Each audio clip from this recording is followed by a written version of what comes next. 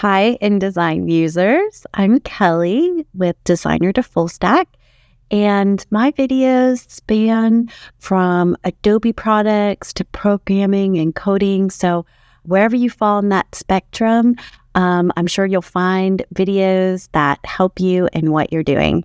So today we're looking at InDesign specifically and text alignment. And I'm looking at left-aligned text alignment and the options that you have in InDesign.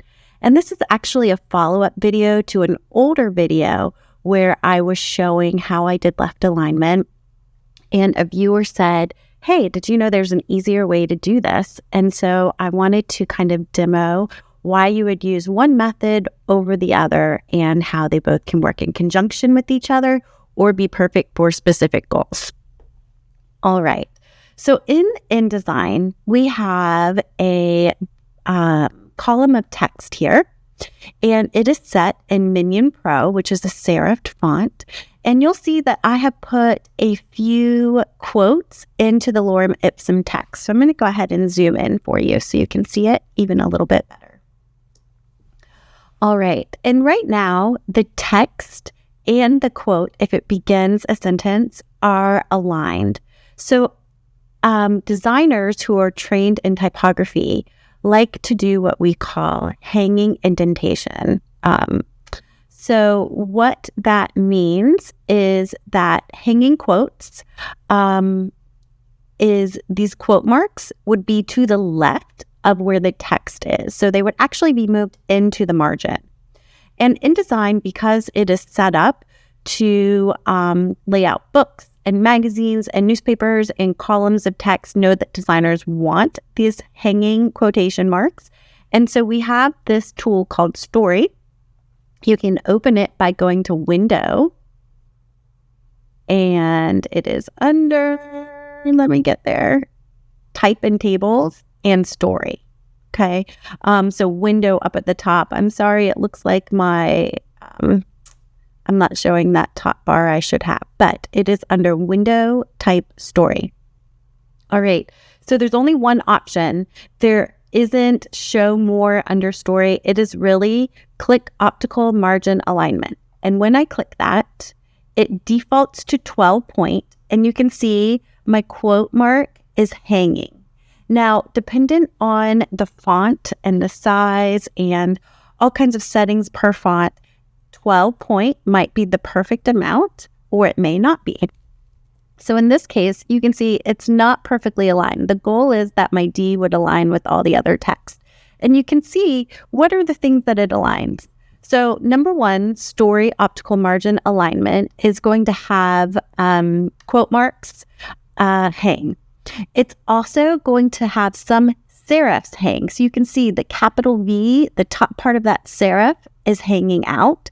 And some letters that have curves will also hang. On this one, you can see that the A, that serif, is hanging.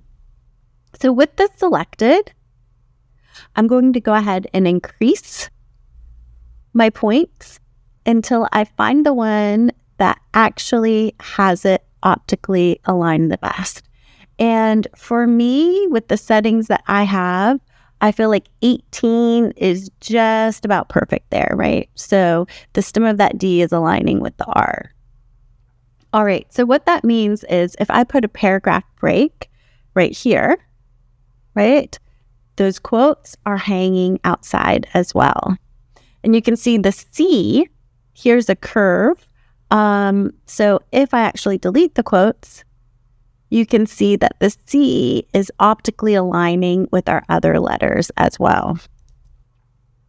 All right, so that's when we use optical margin alignment, is when we are trying to align columns of text to be visually optically aligned.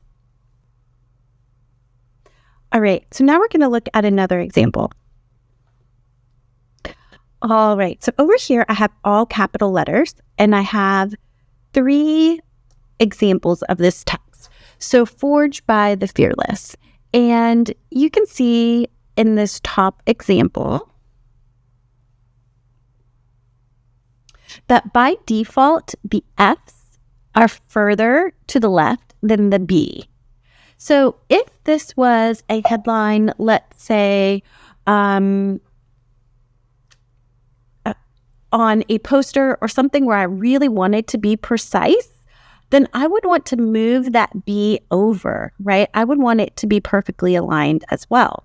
So your option might be to look at your story. So if we go into story and I click Optical Margin Alignment, it moves them all. And in this case, you can see that they are really pretty aligned, right? So that's beautiful.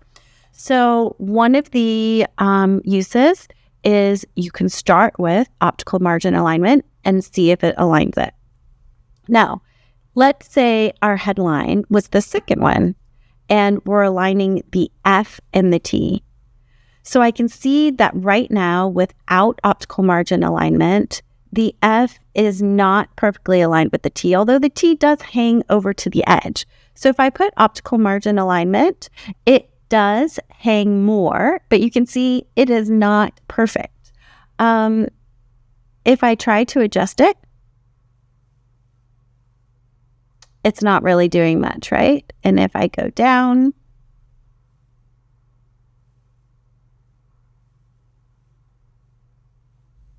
we're still not getting anything. So here's an example of where it's not precise, and I would want to go in and manually move it as well. And so this would not be across lots of columns, but this would be for a very specific headline that I want to be perfectly aligned. So in this case, I can use the left margin. Nope, let's see here. This first one, right? And so I'm moving just the first line. And you can see if I use the arrows, it jumps all the way 0.0625. But maybe I just need it to be 1, right? And maybe I need it to be 0.15. And so that is a way that I can use both to manually get a perfect alignment, right? So that would be a use case.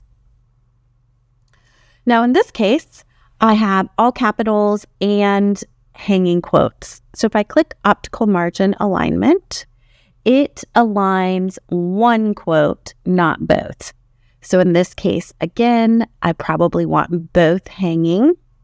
So I would select them and I could manually move them. Now, I'm moving into the margin. So when I want to go negative, it's saying it's an invalid indent value. So the first thing I'm going to have to do is move everything in, and then I can do the exact opposite out. So whatever I am going in with this left margin, then I need to, and if you try to go too much, this next time it will tell me too far, you cannot extend outside the text frame. Right? Okay. So now I have perfectly aligned, and we can pull a ruler over and see here. Okay, so this is how you use both story and indents. And so when you have your text selected in a text box, you are going to be given up here at the top your align left, align center. Let's say you have a line left, then you're going to have your left indent and also your first line left indent. And so by adjusting all your text to be left indented, you can then use negative to pull out and have hanging quotes or to better align any of your letters. And I feel like the use case for that is specifically really for headlines, whether that's a poster, the cover of a book, a headline or subheadline in a magazine article. That's where you're wanting to be precise with your alignments, and especially when it's capital letters, even more visible when it's not quite aligned. All right, so I hope this combination of indenting and optical margin alignment help you in your InDesign endeavors. If you found this useful, please make sure to like or comment or subscribe. I look forward to getting to share more tips with you and be with you on your journey as you increase your skills as a designer and programmer.